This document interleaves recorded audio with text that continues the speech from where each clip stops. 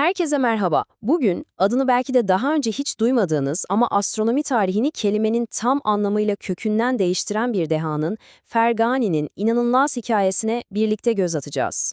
Şöyle bir düşünün. Kopernik'ten tam 700 yıl önce. Bu kulağa biraz iddialı gelebilir ama tamamen gerçek. Tarihin gölgesinde kalmış fakat hem kendi çağını hem de kendinden sonrasını aydınlatmış bir bilim insanından bahsediyoruz. Bu soru, onun mirasının ne kadar büyük olduğunu anlamamız için sadece bir başlangıç. Şimdi, karşımızda iki farklı isim var gibi görünüyor ama aslında ikisi de aynı dahi. Batı dünyası onu yüzyıllar boyunca Alfraganus olarak tanıdı ve çalışmalarını bu isimle okudu. Ama biz hikayenin aslına sadık kalarak ona gerçek adıyla Fergani diyeceğiz. Hadi gelin, hikayeyi en başından başlayalım. Her şey 9. yüzyılda bugünkü Özbekistan topraklarında yer alan Fergana şehrinde başlıyor. İşte Fergani'nin bilgiye olan o inanılmaz tutkusu onu o dönemin bilim ve kültür merkezi olan, yani dünyanın kalbinin attığı yer olan Bağdat'a götürüyor. Tabii Bağdat'a gelince böyle bir zeka fark edilmeden durur mu? Elbette hayır. Kısa sürede Abbasi halifelerinin dikkatini çekiyor ve onlardan tam destek alıyor. İşte bu destek sayesinde Fergani sadece gökyüzüne bakmakla kalmıyor, evrene dair tüm bildiklerimizi baştan yazacak o inanılmaz çalışmalarını yapıyor. Çünkü bakın, Fergani öyle sıradan bir gözlemci falan değildi. O, tam 700 yıldır kimsenin dokunmaya cesaret edemediği inançları kökünden sarsan gerçek bir devrimciydi. Peki, neydi bu devrim? Neyi değiştirdi? Gelin bakalım. İşte devrim tam da burada başlıyor.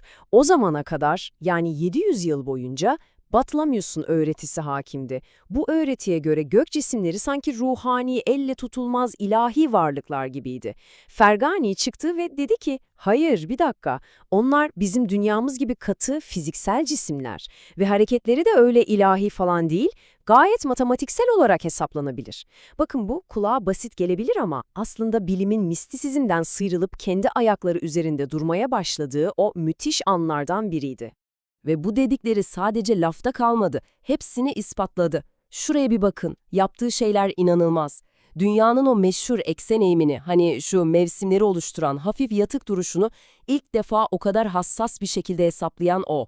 Güneşin sabit durmadığını, onun da kendine has bir hareketi olduğunu ilk kanıtlayan da o. Hatta işi o kadar ileri götürüyor ki 842 yılındaki güneş tutulmasını önceden günü gününe tahmin ediyor. Yani şu listedeki tek bir madde bile herhangi bir bilim insanını tarihe yazdırmaya yeter. Fergani ise hepsinin altına imzasını atmış. Şimdi sıkı durun, size dehasının ne kadar somut olduğunu gösterecek bir rakam vereceğim. Yaptığı hesaplamalar o kadar ama o kadar hassastı ki, Güneş'in yarıçapını 6.410.000 metre olarak buldu. Düşünsenize, 9. yüzyılda eldeki imkanlarla bu kesinliğe ulaşmak gerçekten akıl alır gibi değil. Ve bu rakamlar, bu hesaplamalar öylece kitaplarda kalmadı. Fergani'nin bulguları o kadar sağlam, o kadar doğruydu ki, tam 700 yıl boyunca, yani Kopernik sahneye çıkana kadar bütün Avrupa'da astronominin altın standardı oldu. Herkes onun verilerini kullandı. Ama sanmayın ki Fergani'nin bütün olayı yıldızlardı. Hayır, onun dehası gökyüzüne sığmayacak kadar büyüktü. O, tabiri caizse, kendi çağının tam bir Rönesans insanıydı. Şöyle bir düşünün, hem bir gökbilimci, hem müthiş bir matematikçi, hem bir coğrafyacı, hem de bir mühendis ve fizikçi. Yani tek bir insanın bütün bu alanlarda bu kadar uzman olması gerçekten inanılmaz. İşte bu çok yönlülüğü sayesinde sadece teoride kalmadı. 861 yılında Halife Mütevekkil onu çok kritik bir görevle Mısır'a gönderdi. Görev tam bir mühendislik harikası gerektiriyordu. Bu ona ne kadar güvenildiğinin sadece bir teorisyen olarak değil, bir uygulamacı olarak da ne kadar büyük bir isim olduğunun kanıtı. Peki ne mi yaptı Mısır'da? Mikyasül Cedid'i, yani yeni ölçeri inşa etti. Bu tamamen Fergani'nin tasarımı olan dahiyane bir yapıydı. Nil Nehri'nin kenarına kurulan bu alet, nehrin su seviyesini ve akış hızını inanılmaz bir hassasiyetle ölçüyordu.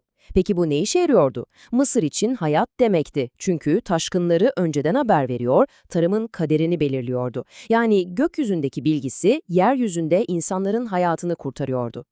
Fergani'nin etkisi yaşadığı dönemle ve coğrafyayla sınırlı kalmadı tabii ki. Onun Bağdat'ta yaktığı o bilim ateşi, yüzyıllar sonra tüm Avrupa'yı aydınlatan bir meşaleye dönüşecekti. Nasıl mı oldu bu? En önemli eseri, Astronominin Esasları diye de bilinen kitabı Latince'ye çevrildi ve Avrupa'da adeta bir patlama yarattı. Yüzyıllar boyunca en prestijli Avrupa üniversitelerinde astronomi öğrenmek isteyen herkesin okumak zorunda olduğu temel ders kitabı buydu. Ve bakın, bugün bile onun çalışmalarına verilen değer inanılmaz. Orijinal el yazmaları nerede biliyor musunuz? Oxford'da, Paris Ulusal Kütüphanesi'nde, Princeton'da, Caire'de, yani dünyanın dört bir yanındaki en saygın kurumlarda bir hazine gibi saklanıyor. Bu bile tek başına mirasının ne kadar büyük ve evrensel olduğunu gösteriyor. İşte geldik en can alıcı noktaya. Onun çalışmaları kendisinden sonra gelen kimleri etkiledi dersiniz? Kopernik, D'Alembert, Laplace, yani bilim tarihini baştan yazan o dev isimleri. Fergani olmasaydı onların çalışmaları belki de hiç aynı olmayacaktı. Hani derler ya, devlerin omuzlarında yükseldim diye, işte Fergani o devlerden biriydi. Bütün bu hikaye benim aklıma tek bir soru getiriyor ve eminim sizin de aklınıza gelmiştir. Tarihin tozlu sayfaları arasında Fergani gibi daha kaç tane bilim devi unutulup gitti? Bize anlatılan, bizim bildiğimiz bilim tarihi, acaba buzdağının sadece görünen kısmı mı? Keşfedilmeyi bekleyen daha ne kadar çok gizli kahraman var?